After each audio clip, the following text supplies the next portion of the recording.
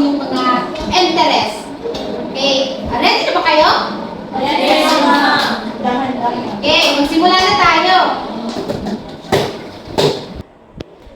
Ang aktibidad na ito ay pinamagatang Hi, Hello, ako nga pala si. So, ang pagganyak na ito ay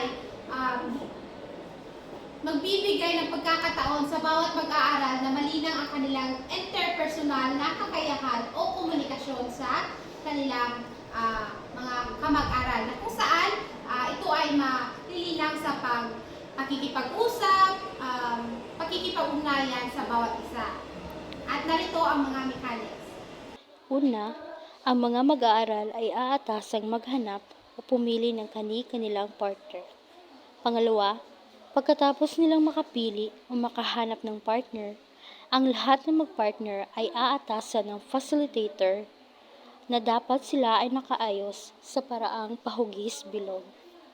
Pangatlo, ang bawat mag-partner ay inanyayahang magharap sa isa't isa at mag-uusap, magpapakilala sa maikling oras.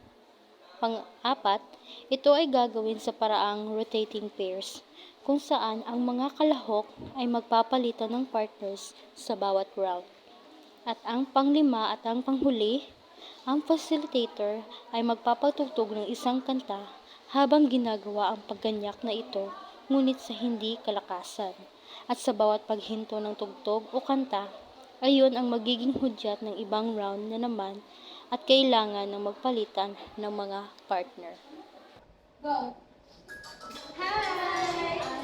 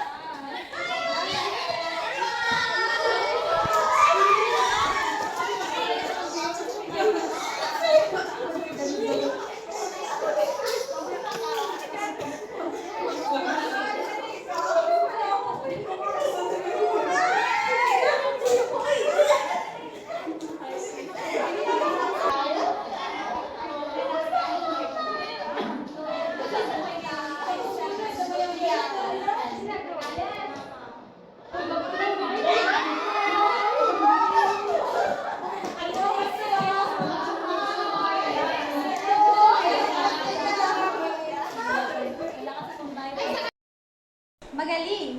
Na-appreciate ko ang inyong partisipasyon sa ginawa nating aktibidad. Ngayon ay magkakaroon tayo ng pangalawa nating aktibidad na pinamagatang Sabihin Mo sa Akin 5. Narito ang mga mechanics. Una, hahatiin ang klase sa 3 grupo. Pangalawa, ang facilitator ay may inihandang papel o isang maliit na papel na may nakasulat na mga kategorya. Pangatlo, bawat grupo ay pipili ng isang representante upang bubunot sa harap. Pang-apat, ngayon ay may tag-iisang kategorya na ang bawat grupo. Kakailanganin nilang makabuo ng 5 salita na maaring magrepresenta ng kanilang nabunot na kategorya. Bibigyan lamang sila ng 25 segundo ang bawat grupo upang makapag-isip at mag-usap. Halimbawa, kapag ang kategorya ay tsismisan, maaaring ang mga salitang mabuo rito ay marites, sari-sari store, walis, duster, at balita. Pang-anim, pagkatapos silang makabuo ng 5 salita, batay sa nabunot nilang kategorya, ay ilalahad nito sa harap ng klase. Sabihin muna ang 5 nabuong salita at pagkatapos ay isa sa dula ito, isa-isa sa masining na paraan. At ang panghuli, sa paglalahad, unang lalahad ang unang pangkat, pagkatapos ang pangalawang pangkat, at ang panghuli, ang pangatlong pangkat.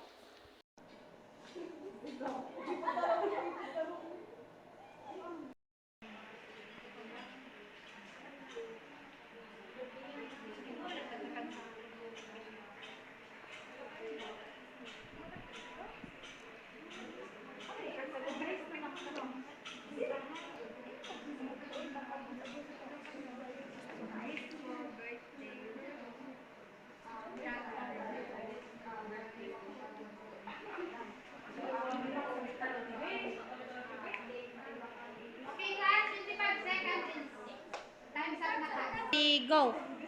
Ang aming nabunot ay kuskupan. Ang unang salita ay tambay.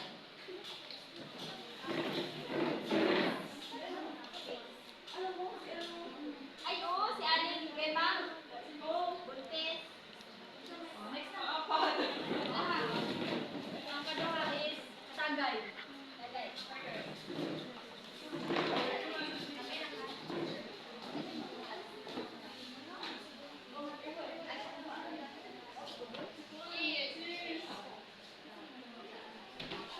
Pagdalaw. Disco.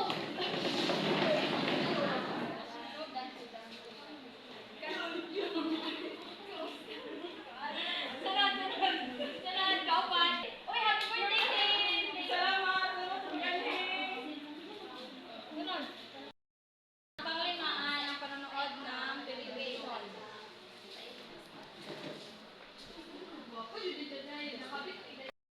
Sunod na maglalakad ay ang pangkat dalawa.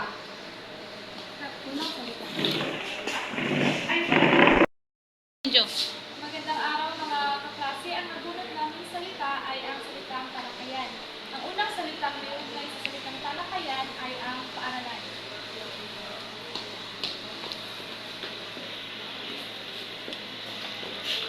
Sige na, pumunta na tayo sa paaralan. Oh, sige ka na. Ang pangalawang salita na maiugnay sa salitang talakayan ay guro. Magandang araw mga mag-aaral ko.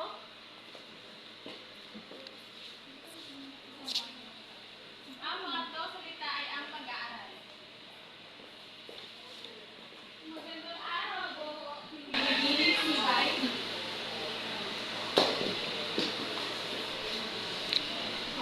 Ang pang-apat na salita ay ang salitang impormasyon. Mga mag-aaral, ang ating paksa sa araw na ito ay tungkol sa wika. Alam naman natin lahat na ang wika ito ang medium sa pagkikipagtalastasan o komunikasyon at ang huling salita ay ang kaalaman. Mga mag-aaral, maaari niyo bang ibahagi ang inyong kaalaman tungkol sa wika? Binibining Buron? Ang wika po, ma'am, ay sinabi na kanina, ang wika ang sinigang ng Pinoy sa pagkakatayan sa atin. Magaling! Kung walang wika, hindi tayo magkakaisa. Magaling!